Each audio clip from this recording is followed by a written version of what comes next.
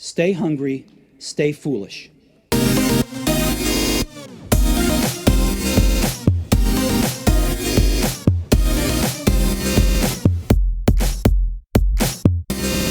Today's guest invites us to focus our attention on a theme that is central to the development of all companies and professionals: customer service, or rather, the overall experience we offer customers.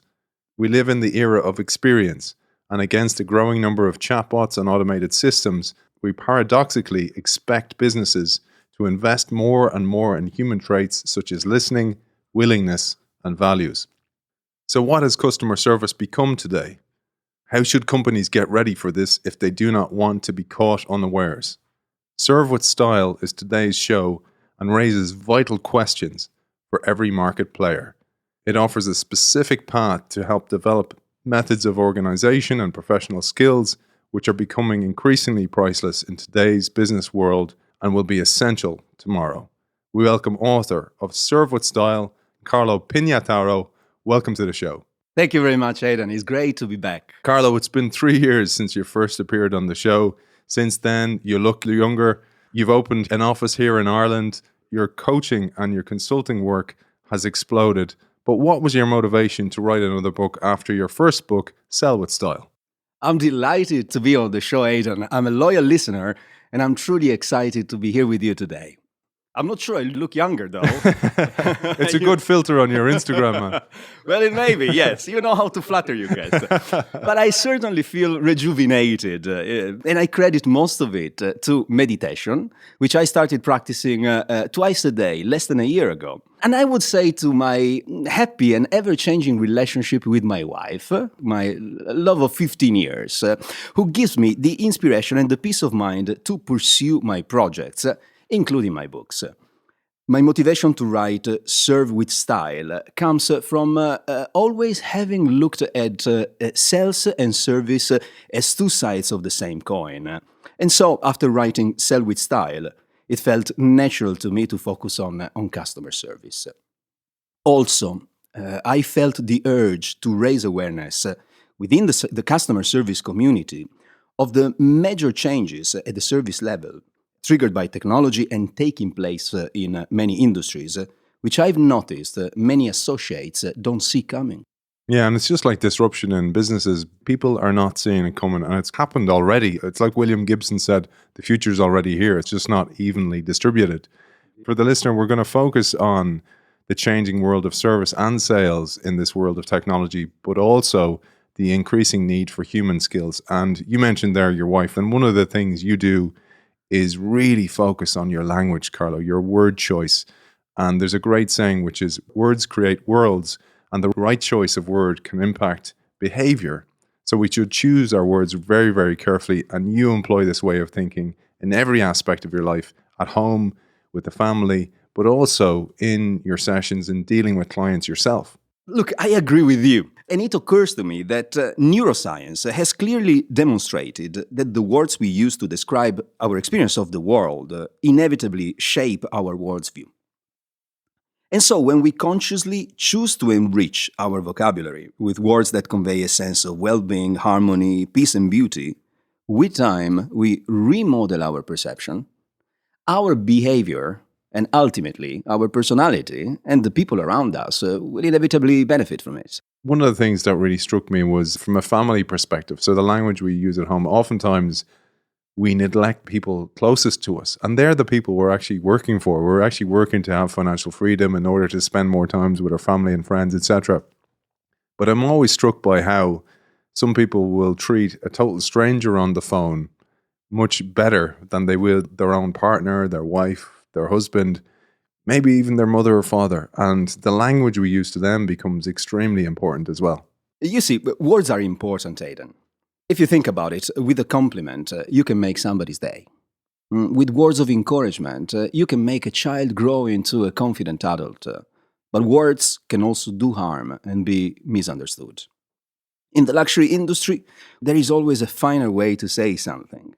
And so, rather than say yes to a client, I say my pleasure. A shop becomes a boutique, and a factory becomes a workshop. A word like lovely is better than nice, and gorgeous is better than lovely. And choosing words and sentences that convey a certain finesse and care and dedication is beneficial at all levels and to everyone involved. I have hugely benefited from this verbal style in my private life too, not just business. And I can assure you that it's always a great experience after a trip, for example, to go back to a house where you were welcomed with words of love and appreciation. So this brings us to the word luxury itself, because this is a word that many people misinterpret. I'd love if you shared what your interpretation of luxury is. You see, in my previous book, Sell with Style, I had defined luxury as the celebration of individuality, saying that the interpretation of the word luxury is necessarily subjective. What is luxurious to me, for example, may be a commodity for you and vice versa. And so I proposed that the ability to make someone, a client in our case, feel good about themselves and about the interaction would be a good starting point to offer them a luxury experience. In this new book, I have used luxury as a context, as a frame, if you will, and a frame which, by the way, is getting larger and larger in today's world. Since a growing number of individuals all over the world have reached a stage where their basic needs are met, and they've moved up the Maslow's hierarchy of needs. So, we can reasonably say that, whatever your industry, you are likely to deal with clients who are more demanding and sophisticated than before, and who expect to feel good about the interaction, and this is where the luxury context comes in handy, even to people who do not operate within the luxury industry. And you recommend we all add a bit of luxury to our proposition, no matter what industry we're working in, and you give us some simple ways we can do that. I'd love if you'd share some of these. I do. I always recommend businesses and people I consult or just talk to try and add a touch of elegance to the way they do business. Elegance, in the words of the philosopher Jean-Paul Sartre, is that behavioral quality that transforms a person's highest essence into appearance. And so it's all about letting the best of you emerge every day. And every day in your relationship with your clients and your stakeholders, from the way you speak to the way you dress, from always being on time and respectful of other people's opinions and points of view, to taking care of every little detail in the interaction between your business and your clients. You've asked for a few examples. Let's say, for example, that you are about to meet a prospective client in your office. Well, you can just make sure your office looks at its best. You can buy fresh flowers, offer them the finest Swiss chocolate, make sure that everyone is dressed for the occasion. Or you can just display all your achievements and credentials on the office walls so your customer know who they're talking to even before you speak. You can also improve your business cards, the packaging of your products, the graphic design of your brochures, and even invoices. The hold-on music people have to listen to when they call you, not to mention the waiting time. The thing is, there are literally no limits to the amount of details one can take care of. And the more effective and polished one becomes, the more luxurious they will be perceived. So these are the physical attributes of yourself or your business, for example. But let's now shift towards the mental attributes. So we talked in the introduction about how human qualities become more and more important, but also so does introspection, so does self-awareness, holistic thinking, for example. And Plato once said, the right question is usually more important than the right answer. And you use this quote in the book to introduce the importance of questions. And indeed, this is your starting point for the book itself. I do agree, Aidan, and that quote of Plato, who said that the right question is usually more important than the right answer, is something I live by, and I owe it to my love of philosophy and to my desire to always look for the truth in everything I do, rather than just a convenient answer. When it comes to biases, you see, all my books are written in line with my corporate education business, and they aim at providing readers with an opportunity to learn new skills rather than only gathering information. And when it comes to learning, biases always get in the way. The confirmation bias, which is that thinking habit that makes a person subconsciously look only for the pieces of information that confirm their existing ideas and opinions, is a great limit to overcome if someone really wishes to learn something or learn a new skill for that matter. You devote a lot of both books to bias and understanding them, so we're aware of what the blockers are to our self-development. But you do some exercises at the end of each chapter, and let's do one of those exercises now. So let's ask our audience, as you do in the book, to think about someone who is free of assumptions, prejudice, and bias. I'd love if you took us through this. Sure, with pleasure. I would actually propose an exercise or a little moment of reflection to our listeners today.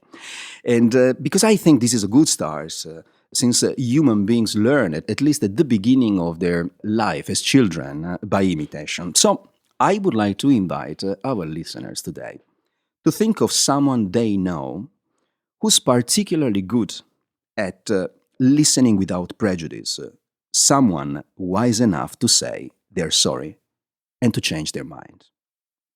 We all know someone like this, or at least someone who was open-minded enough to change on a certain occasion. So my proposal now is to focus on the image of this person for a few seconds.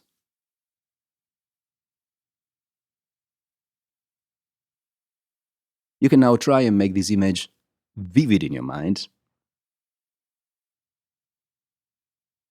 Now, the next time you are called to make a decision, I would like you to ask yourself whether you are free from your confirmation bias and if you are behaving like the person you have just visualized. I promise it will work. It influences how we actually think because we use that person. I think Napoleon Hill used to do this. He used to have this kind of jury of people that he'd think of and he'd ask questions to, and then he'd absorb some of their thinking as well. I love that idea. Absolutely. They become sort of role models, if you will. Mental role models. Yeah, nice. I hadn't thought of it that way, actually, and thanks for bringing it to life from the book. So back to the importance of questions. You ask us to consider our biases because that will not only influence the question we ask, but also how we answer and indeed how we perceive the answer or the feedback, for example, from a customer. Oftentimes, we don't want to let in chinks in the armor for ourselves. We don't want to let in weaknesses. And ultimately, you ask us to consider the question, what is service itself? Absolutely. That's utterly important to me. How can you perform consistently well at a task you may not even be able to define? So in the book, I have borrowed Ron Kaufman's definition of service as an action which creates value for someone else. And I think it makes sense. Because when you focus on value creation, you finally give the word service the importance and the dignity it deserves. And presently, I have reached a point in my life and in my career in which I think that everything is service. Everything is about creating value for somebody else. And if you read the first lines of the 2020 Davos Manifesto, available in the World Economic Forum's website, it reads, I have it here. The purpose of a company is to engage all its stakeholders in shared and sustained value creation. In creating such value, a company serves not only its shareholders, but also its stakeholders, employees, customers, suppliers, local communities, and society at large. The best way to understand and harmonize the divergent interests of all stakeholders is through a shared commitment to policies and decisions that strengthen the long-term prosperity of a company. So to me, service is a very modern concept. Joe Pine, the father of the experience economy, you guys shared the stage here in Dublin, and you mentioned the experience economy and the importance of staging experiences.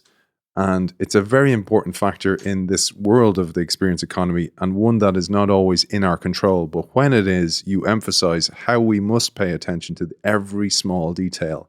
And you do this even with your workshops, for example. Well, I certainly try to, because the speaking and training industry we are in, Aidan, is a wonderful, beautiful, but not necessarily easy one, is it? And so when speaking at a conference, perhaps following other speakers on stage, or running a corporate workshop, we rarely have full control over the event, and we are at risk of being commoditized.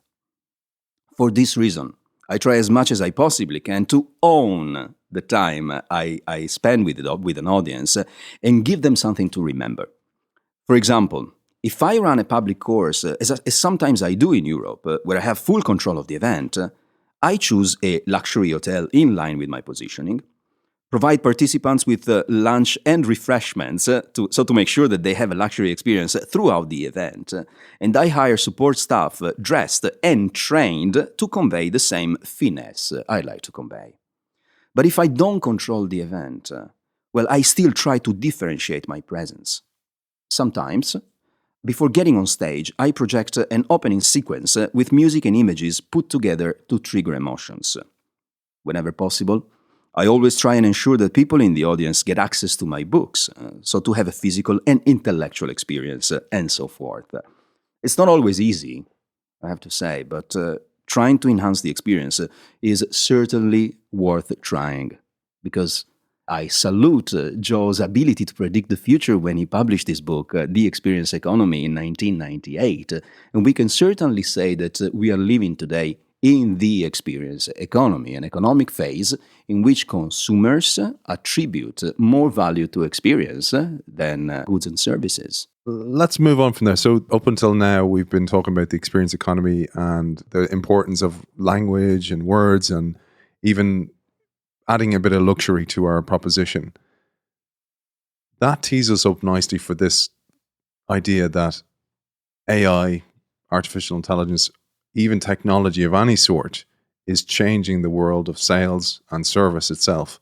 And there's a quote by science fiction writer Isaac Asimov, and he says, "The lucky few who can be involved in creative work of any sort will be the true elite of mankind, for they alone will do more than serve a machine."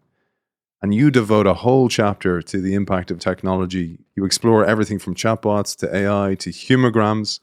And rather than diving into specifics of each of those, I'd love to hear how you feel technology impacts service for good and for bad. And you give the example of a client of yours, which is EssilorLuxottica. Indeed. EssilorLuxottica, which happens to be the largest manufacturer of eyewear in the world, with incredible house brands like Ray-Ban and Oakley, and licensed brands ranging from Prada to Bulgari, from Tiffany to Dolce & Gabbana, and many more, is a company that has embraced technology in every aspect of business, sales and customer service included.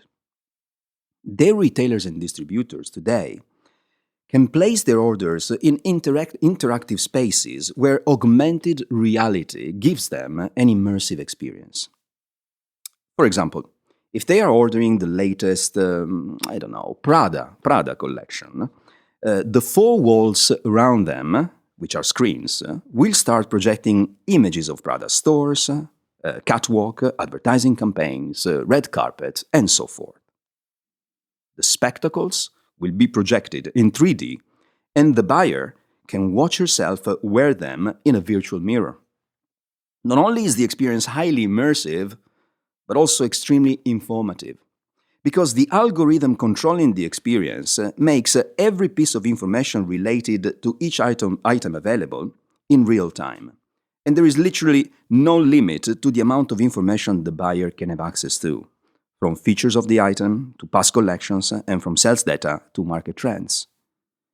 And what's scary is that it all happens in real time and virtually without the need for a salesperson or a customer service associate. We talked earlier on about questions, Carlo, and there's a question that you pose to everyone. It's in the backdrop of this idea of technology and how it's changing the world of service. And you say, "I am firmly convinced that tasks which give meaning to experience will remain the exclusive prerogative of humans." And you caution that if we want to avoid sinking in the future, we should start reflecting honestly on our current and potential contribution to serving our customers. And it reminded me of a quote by Maya Angelou, who said, "People will forget what you did, but people will never forget how you made them feel." And that's a very unique human emotion, because computers and AI are logical. Absolutely, Aidan. That's the point. Machines are very efficient. They have become somewhat human, but they're not human yet. And I hope they never will be. Human beings have feelings, and feelings can change everything in a split second. Not to say that feelings cannot be anticipated, but when it comes to making people feel heard, listened to, taken care of, and important, human wants their peers to help them. And those peers are not machines, but rather other human beings they respect and have a good opinion of. And for this reason, it's utterly important that, number one, sales associates don't behave like machines, saying something like, it's company policy. And number two, that they earn the respect of their clients, and hence they have to be credible, knowledgeable, possibly charismatic, and never too submissive. So this raises this idea that you talk about as well, that the future job market will need fewer ordinary employees, so those ones who are maybe task-driven, and more cultured people. And your culture comes across, and your cross disciplines and your interest in philosophy, in humanity, etc. comes across. But you really feel this is what's necessary for the business of tomorrow, but also for the sales associate or the service associate of tomorrow. This is actually the reason I wrote this book.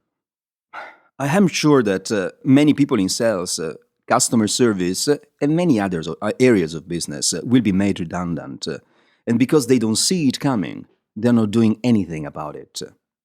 I'm firmly convinced that to retain a job in sales and customer service, a person will have to be able to make the interaction with the client memorable and, most importantly, meaningful. And you don't make an interaction meaningful only with product knowledge or speaking about the history of your company. You need to have more weapons, more topics to discuss in order to maximize your chances to connect with another human being at a deeper level, which provides meaning. And so, yes, being more generalists helps. One of the things, though, that you need to do that is permission from on top. So the whole organization needs to change to empower people to make decisions so they're not acting like computers, because many of us know what it's like to call up a call line that you have a problem with your service provider, and you can hear the person clicking on the computer in the background, and the computer often says no. And computer will say no in the future if you don't skill up, for example, but also if the organization doesn't change. And you talked in particular about empowering people. And I thought of this, and I thought of a friend of mine who worked as a hotel manager in Los Angeles. And he told me they had a discretionary budget to make the stay of the guest extra special, to make it memorable. And you advise us that we need to empower our people to do the same. You say we should upgrade the level of service we offer customers. To achieve this, we need customer service associates capable of managing everything that technology, particularly AI, cannot manage. But to do that, they need the power to make decisions on the fly. They do. And you got to give them three things. You got to give them trust. They need to feel that they're backed up by the organizations and their management. You got to give them the power to act. And you have to skill them up. Because not everybody is trained to make decisions on the spot. Not everybody is trained to solve problems. So you need to give them the technical ability to do so. And the way I see it, and based on my research, that's the future of customer service. Fewer people, more entitled, and more effective. Here you tell us there's 3 areas where automation is really limited. Unexpected events, spirituality, which is an interesting one, and inviting verbalization. I'd love if you had clarified what these meant. All right, let me start from spirituality, because I think it's probably the most controversial one. One may wonder, why would I need a customer service associates to enter the realm of... Give me the robot back. Give me the robot. That's the thing. But I think that everyone nowadays is looking for something higher than just a business interaction. It's at every level, not necessarily when at the B2C level, but also at the B2B level. We really want to make sure that we buy from the right people, from those who are motivated by a higher purpose. And this is a spiritual value, if you will. So we really need to make sure that our associates speak the higher language of a business. So if we choose, as many leaders are doing today, because the Davos Manifesto I read a few minutes ago has been signed by many business leaders. I think of the nice book that the CEO of Salesforce has written, titled Trailblazer, Mark Benioff, in which he speaks about focusing more on stakeholder value rather than shareholder value. So these are philosophical and spiritual moves that companies and the business world is taking, and we cannot afford to leave our frontliners, our customer-facing people, we cannot leave them out. Unpredictable events. Well, unpredictable events is where human beings should excel. Anything can happen in the relationship between a business and a client. And you want to make sure that when something happens, not only the problems arising or the opportunity for that matter is being managed, but the client also feels reassured. So they need to know that when something is going wrong or something is changing, there's a human being out there ready to help them and to make them feel listened to and taken care of. Inviting verbalization is utterly important. In my 25 years sales and customer service experience, I've really noticed that the most powerful sales tool is called active listening, which is the ability to make a speaker, a client in our case, but somebody feel deeply understood. Because when people speak, they unleash their needs, they enter into their comfort zone, they express themselves. So when you give them the opportunity to speak up, to express themselves, and only a human being can do that, because would you speak to a machine? And then you're really giving them the opportunity to evolve in the interaction with the business, which creates an experience. The more the experience is personable, the more is memorable. The more is memorable, the more becomes meaningful, and so forth. So I think those are the three aspects where human beings can really focus and make a difference in the relationship with their clients today and in the future. Yeah, and you mentioned there listening, because you talk a lot about this in Sell With Style and active listening in particular. But there's still many sales organizations out there who have a Glenn Ross approach to sales. Like, it's hard, it's about the numbers, it's like push that person to buy. But we live in a world that's vastly different than even 10 years ago, let alone 30 or 40. And people need to come to the conclusion of the sale themselves. Therefore, listening to them and making sure they're understood is absolutely key, because they're going to do their research on websites, etc. They're going to do the research before they even get to you. And this is where this idea of verbalization and listening to the customer becomes ultra important. Indeed.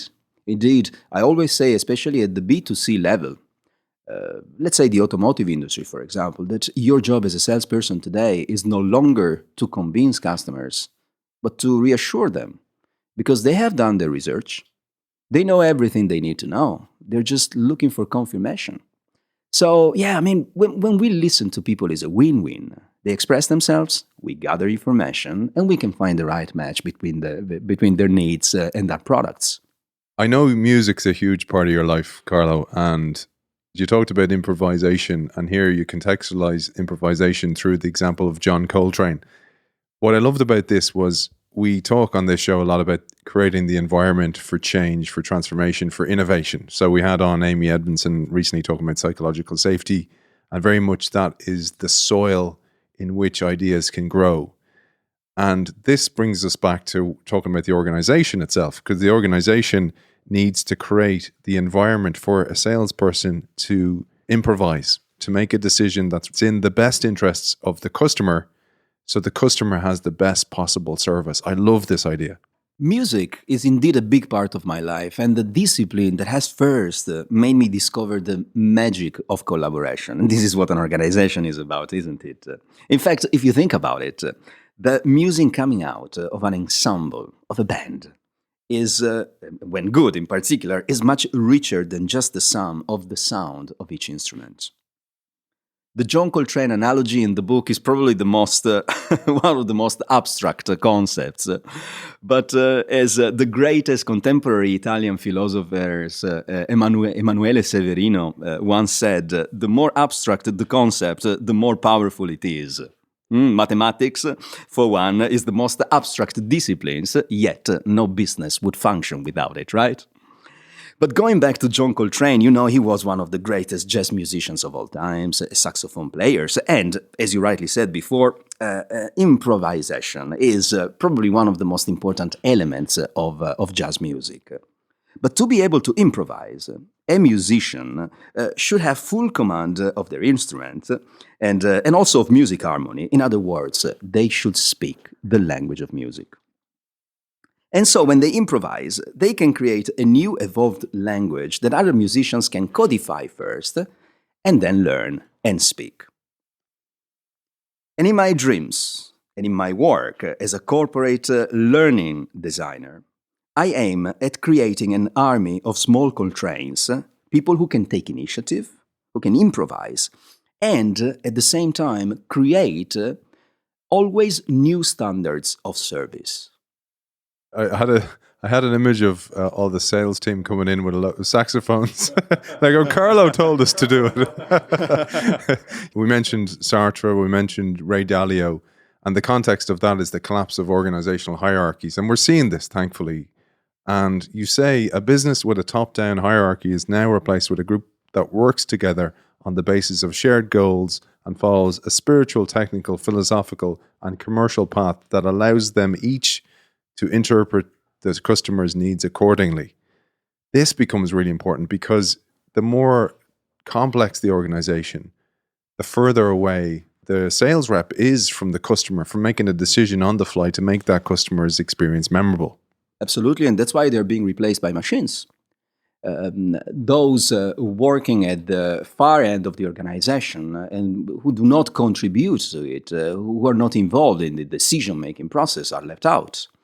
But more and more companies are now understanding that they need to work together as a group. Doors are now open today within organizations. And what I realized, let me give you an example.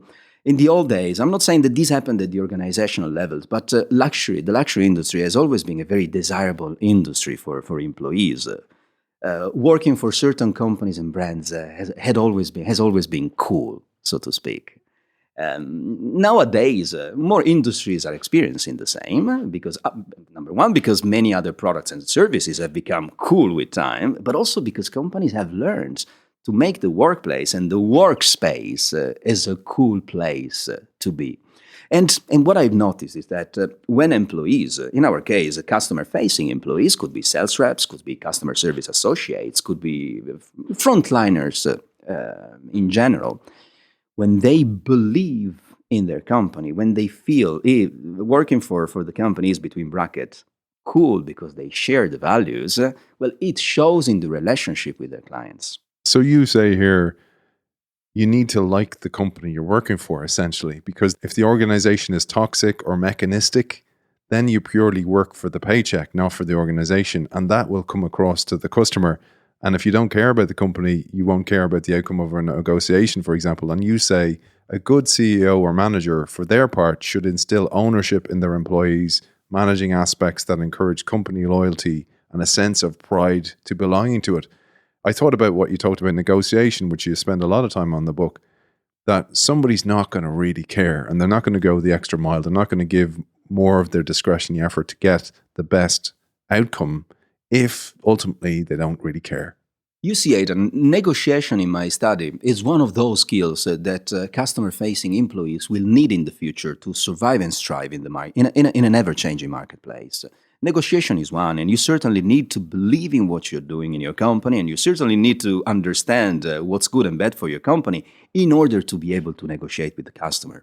But negotiation is not the only one. In the book, I've mentioned leadership, I've mentioned general cultural knowledge, I've mentioned problem solving, psychology, communication.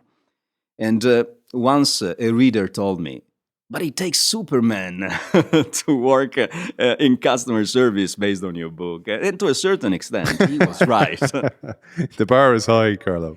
The bar is high. But listen, when you put yourself in the shoes of a customer rather than the shoes of a service provider, you realize that you have less patience and less tolerance than before. You don't want to deal with a waiter who's never tasted the menu, would you?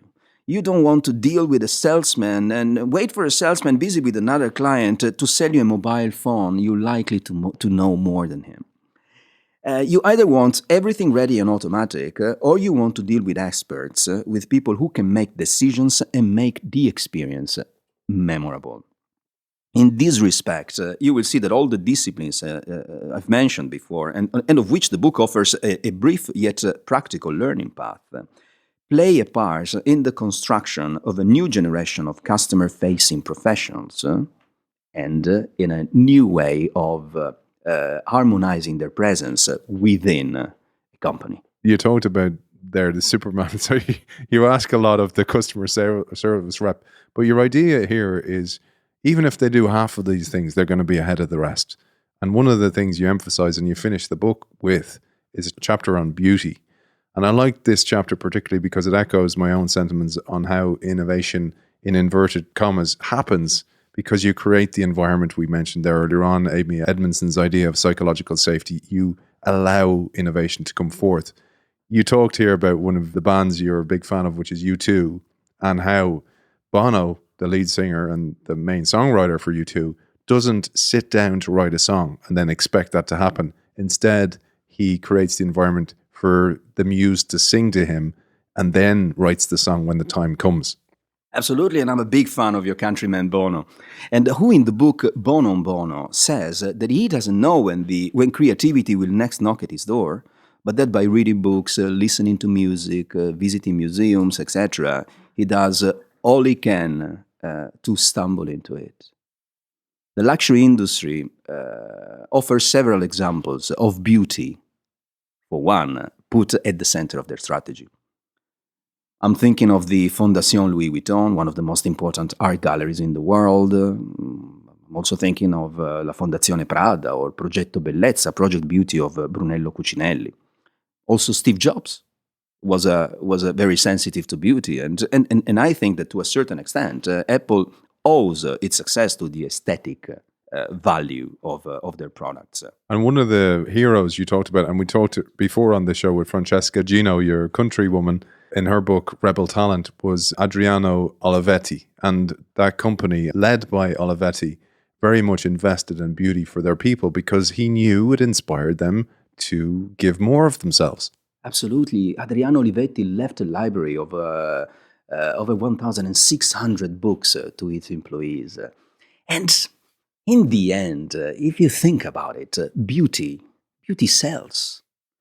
Beauty speaks to the soul. Beauty makes an impression. I think beauty is one of those concepts that can make entrepreneurs and top managers look at things from a different perspective and perhaps find innovation where they don't see it now. And hopefully you've had a beautiful experience here on the show, Carlo. Indeed. We started the book talking about language and the importance of language, but you also end the book with the same sentiment. And you emphasize the importance of a shared language within any organization.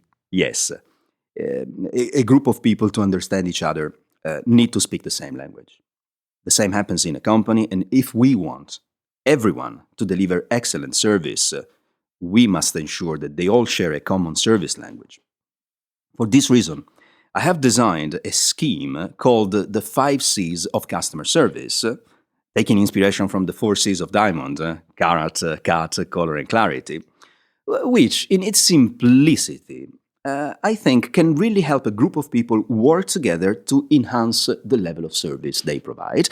And I invite our listeners to check it out in the book if they wish. Carlo, before I ask you where people can find out more about your work, your workshops, etc., 2 questions for you. The first is, if you were to leave somebody working in the sales or service industry with a thought or a notion or a question, what that is, and likewise for everybody else, because this idea of being a bit more luxury, a bit more human, a bit more holistic applies to all of us in this world where technology and AI is becoming more and more pervasive.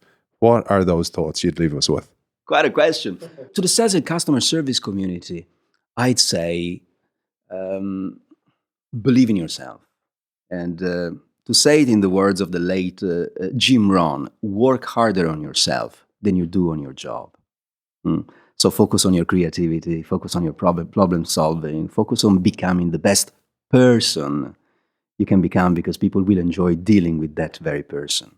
And to everybody else, and to anyone who's interested, to take some inspiration from the luxury from the luxury world. I would say that there's a word in luxury that we always focus on, which is the word perfection. Now, we all know that perfection is not human, but focusing on perception forces us to give always our best. And in the process of trying our best, we evolve. And then for people to find out more about your workshops, etc., where can they find you? Well, my website, www.carlopignataro.com, and also LinkedIn, which is the social platform where I entertain the most valuable relationship with my stakeholders. Author of Serve with Style, Carlo Pignataro. Thank you for joining us. Thank you very much for having me, Aidan.